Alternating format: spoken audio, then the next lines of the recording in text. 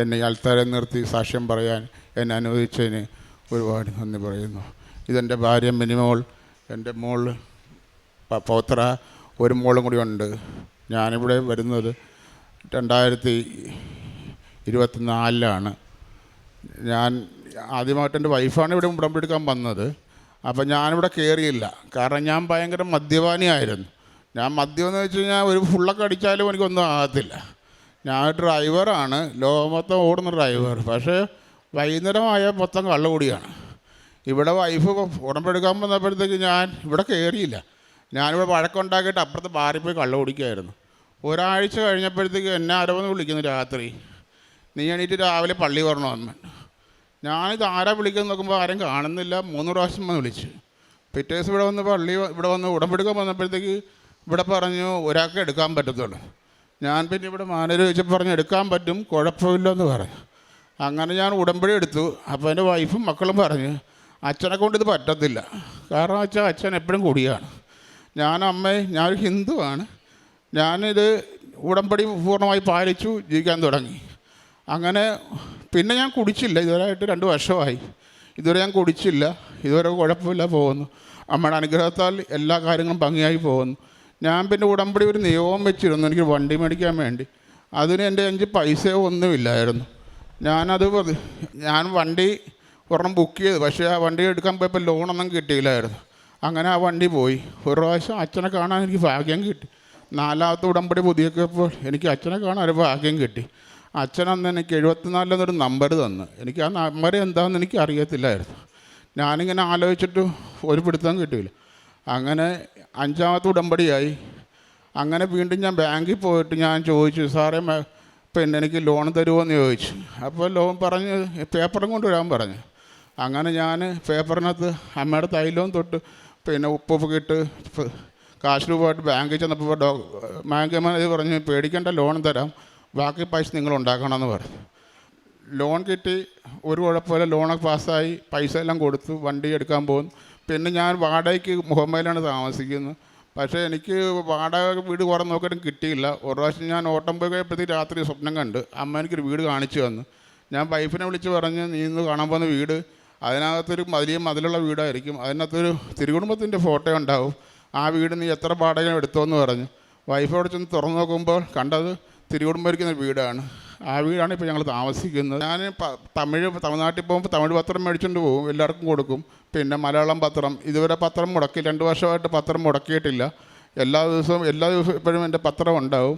പിന്നെ കാരുണ്യപ്രവൃത്തിയായിട്ട് ചെയ്യുന്നതെന്ന് വെച്ചാൽ ഒരുപാട് അമ്മമാരെ കാണും തമിഴ്നാട്ടിൽ പോയാൽ, അവർക്കൊന്നും ഭക്ഷണമില്ല. അപ്പോൾ ഞാൻ ഭക്ഷണം മേടിച്ച് കൊടുക്കും. ഹോസ്പിറ്റലിൽ പോകാൻ പൈസ കൊടുക്കും. ഞാൻ രാവിലെ 4:30 മണിക്ക് എണീക്കും. അത് എവിടെ പോയാലും എണീക്കും. എണീറ്റിട്ട് ഞാൻ പിന്നെ ഫസ്റ്റ് ജപമാല ചൊല്ലുന്നത്. 5:30 മണിക്ക് അച്ഛന് ഡെയിലി ബ്രെഡ് ഉണ്ട്, അതെല്ലാവർക്കും ഷെയർ ചെയ്യും.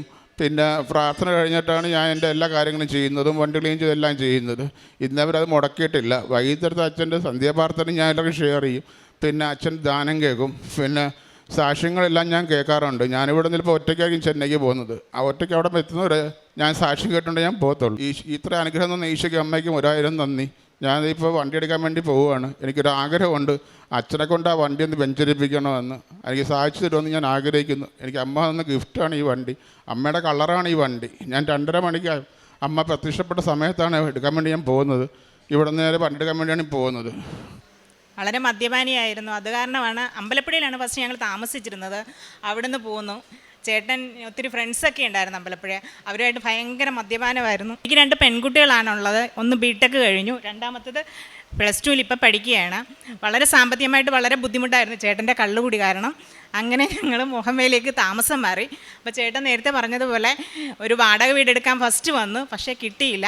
ഇങ്ങനെ നോക്കി നടന്നപ്പോൾ ചേട്ടൻ പറഞ്ഞു മാതാവിരിക്കുന്ന ഒരു വീട് ഞങ്ങൾക്ക് കിട്ടുമെന്ന് പറഞ്ഞു. പക്ഷേ എനിക്കത് വിശ്വസിക്കാൻ സാധിച്ചില്ല.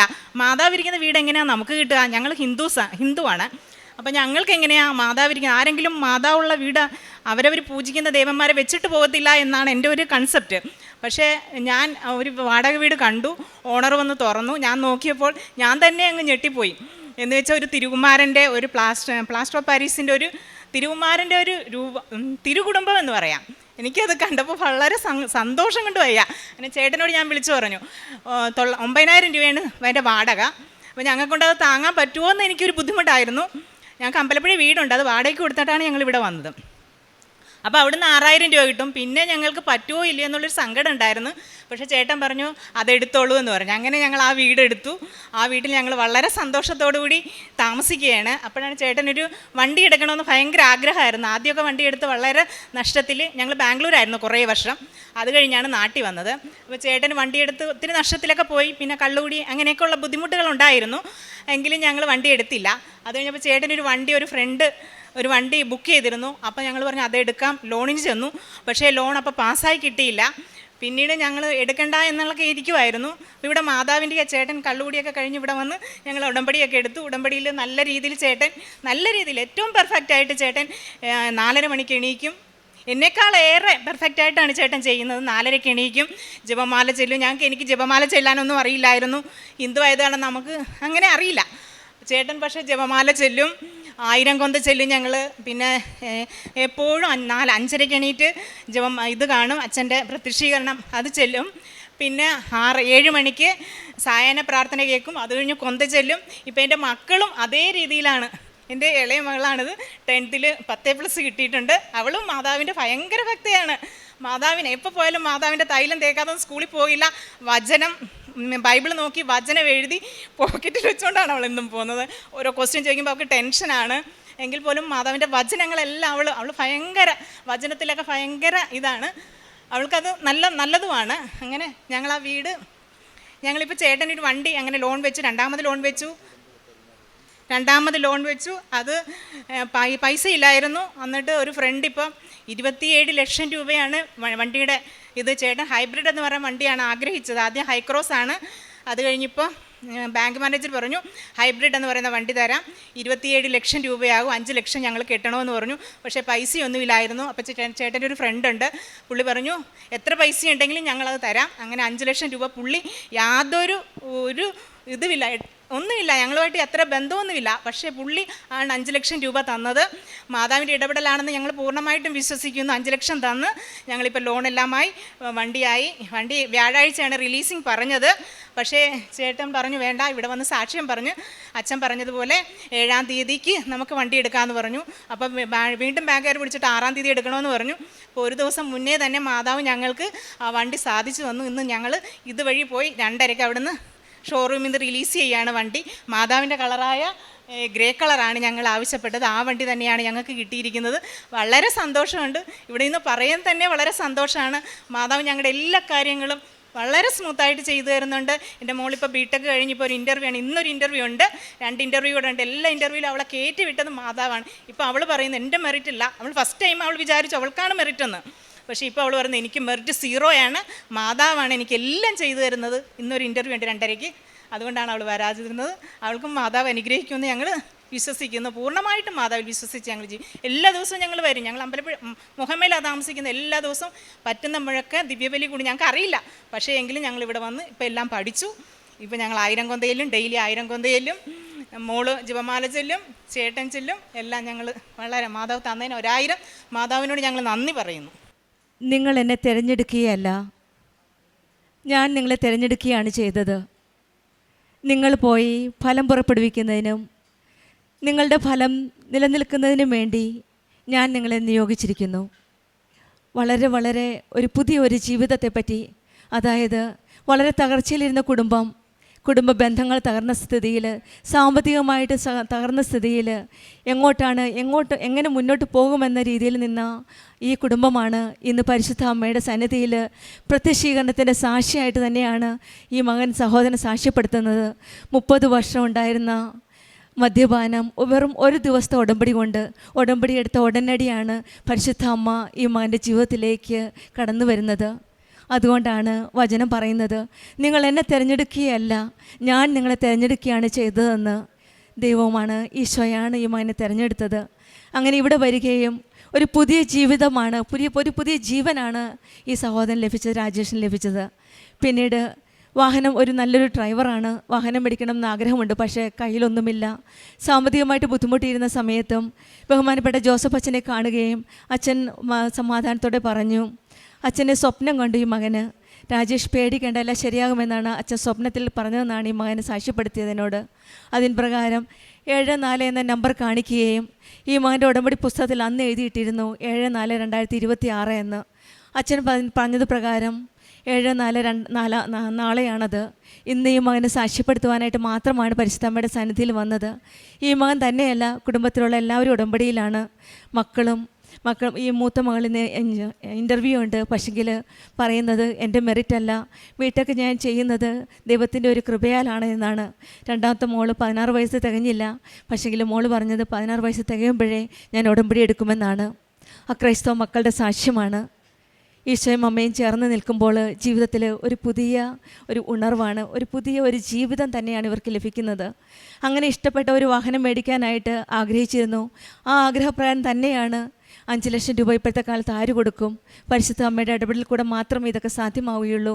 അങ്ങനെയാണ് ഇവർക്ക് ആ സാമ്പത്തികമായിട്ടുള്ള അമ്മ ഇടപെട്ട് ആ സാമ്പത്തികമായിട്ട് അവരെ സഹായിക്കുകയും എല്ലാം ബുക്ക് ചെയ്യുകയും എല്ലാം ഇവിടെ ഇന്ന് വരെ ഉള്ളത് എല്ലാം ഈശോയും അമ്മയും കാത്തുപരിപാലിക്കുന്ന ഒരു വലിയ സാക്ഷ്യമാണ് ഇവിടെ സാക്ഷ്യപ്പെടുത്തിയത്.